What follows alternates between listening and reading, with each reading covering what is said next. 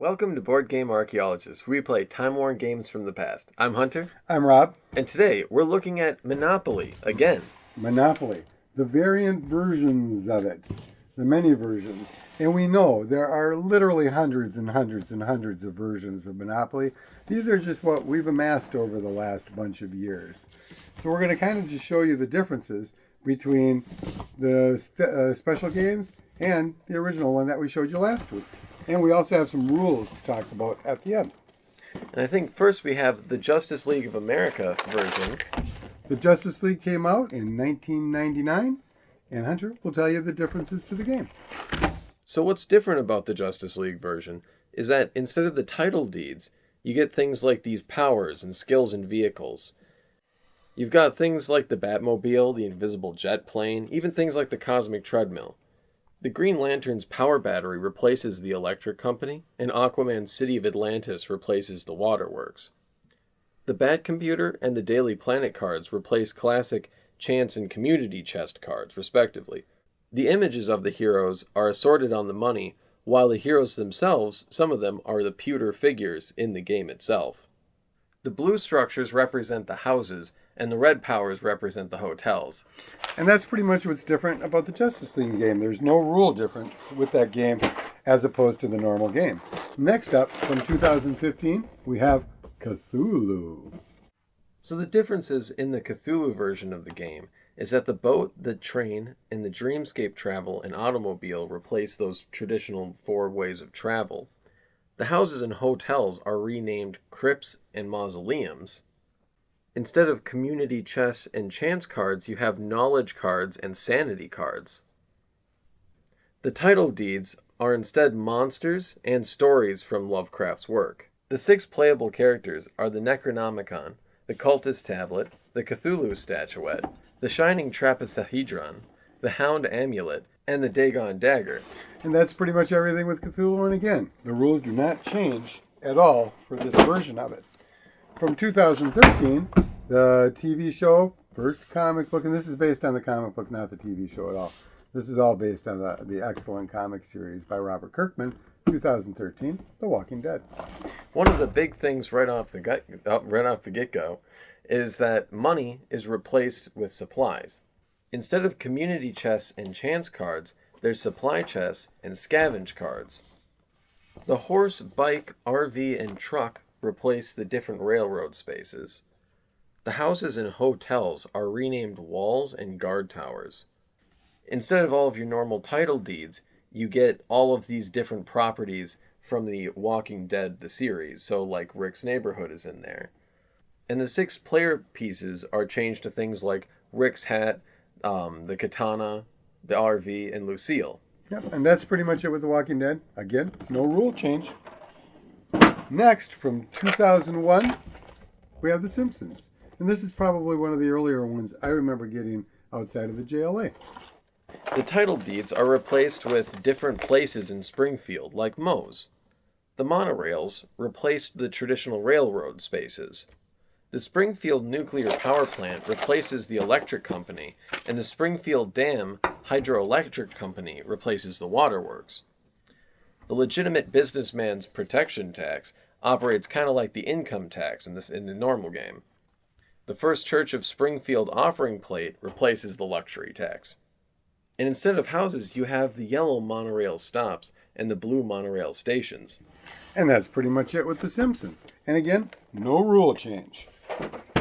Next up, we have Baconopoly. I'm not sure when this was made. There's nothing on here that copyrights it. This is one of the few games, and another one coming up is one that Hasbro and Parker Brothers do not have their name on.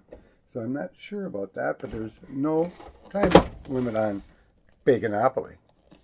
And one of the most noticeable things about Baconopoly is that instead of the title deeds, you have different bacon products. Sometimes it's something like bacon grease, and sometimes it's things like bacon tacos. Instead of the community chest and chance cards, you have cured and smoked cards and got bacon cards. Instead of the railroads, you have different slices of where the meat comes from pigs. The 6 different player types are things like bacon strips, of course, Bacon Love, which is really just a heart, and a skillet. Instead of electricity and waterworks, we have the skillet and tongs. Instead of jail, we have a place called Burnt.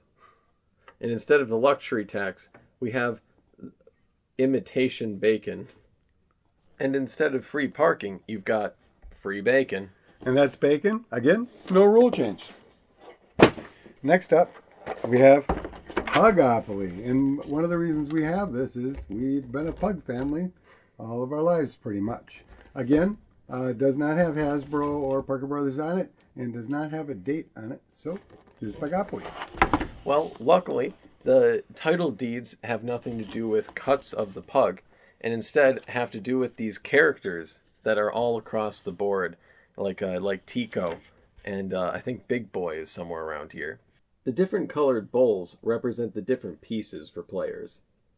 The houses are represented by dog toys and the hotels by dog bones.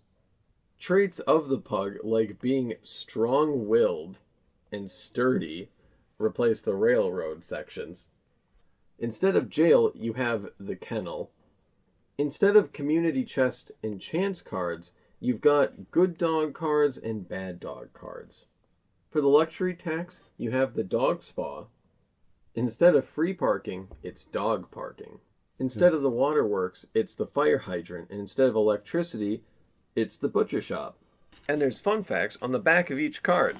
And that's Pogopoly. And again, no rule change.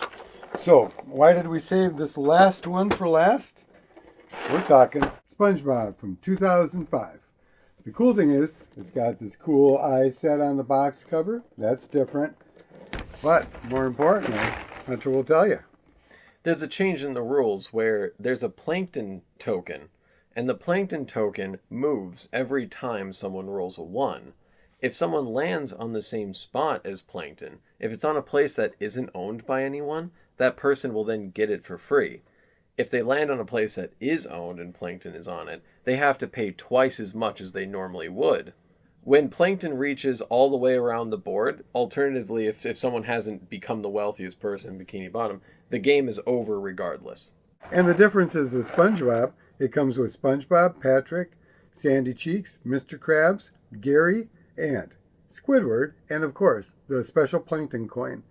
The places you're going to are like Plankton's Lab, and the Snack Bar, and the Krusty Krab, and all the known places in Bikini Bottom. Taking over for the railroad is the Anchovies Bus, Bikini Bottom Bike Rentals, Monster Truck Rentals, and Mrs. Puff's Training Boat. The two utilities are Bikini Bottom Electric and Bikini Bottom Water. A bubble tax replaces the traditional income tax, and the Employee of the Month tax replaces the luxury tax. Instead of the houses and hotels, you'll use pineapples and Krusty Krabs. Instead of community chest and chance, we have treasure chest and life preservers. And that's pretty much it for SpongeBob, being the only one of the bunch that does have its own special rules. So what do you think of all these different versions? Do you have a favorite one of the bunch? Is there one that you liked better for a reason or not a reason? Yeah, I actually liked the SpongeBob one a lot because, I'm a SpongeBob fan, and also it had something new to add to the table. Yeah, it had that, and I like that it had its own houses. It didn't use the same Monopoly houses. It had its own houses, and I love the style on all of them. And it's funny because I like some of them for different reasons. The JLA one I like a lot because I'm a big superhero fan and monster fan, so then I like Cthulhu a lot. And then you like SpongeBob because the figures are so darn good. And the JLA has 8 figures. There's just this, this whole conundrum of why I like things more than the other. But the ones we've got on board are obviously ones that we liked more. Some of them we were given, some of them we bought. And I think having a variety of Monopoly games is always good. It's surprising how much a reskin of something can make it that much more fun. I was a little disappointed. My con would be I was disappointed that all of them didn't have some little special rule change. I feel they could have made any special rule change and it would have made that game a little bit more special. But that's why SpongeBob was number 1. Well, thanks for watching this series on Monopoly. Yeah, and if you like what you see, check us out at toyarchaeology.com. You can also find us on Facebook, and don't forget to subscribe to us on YouTube. We'll see you next time. Bye. Bye.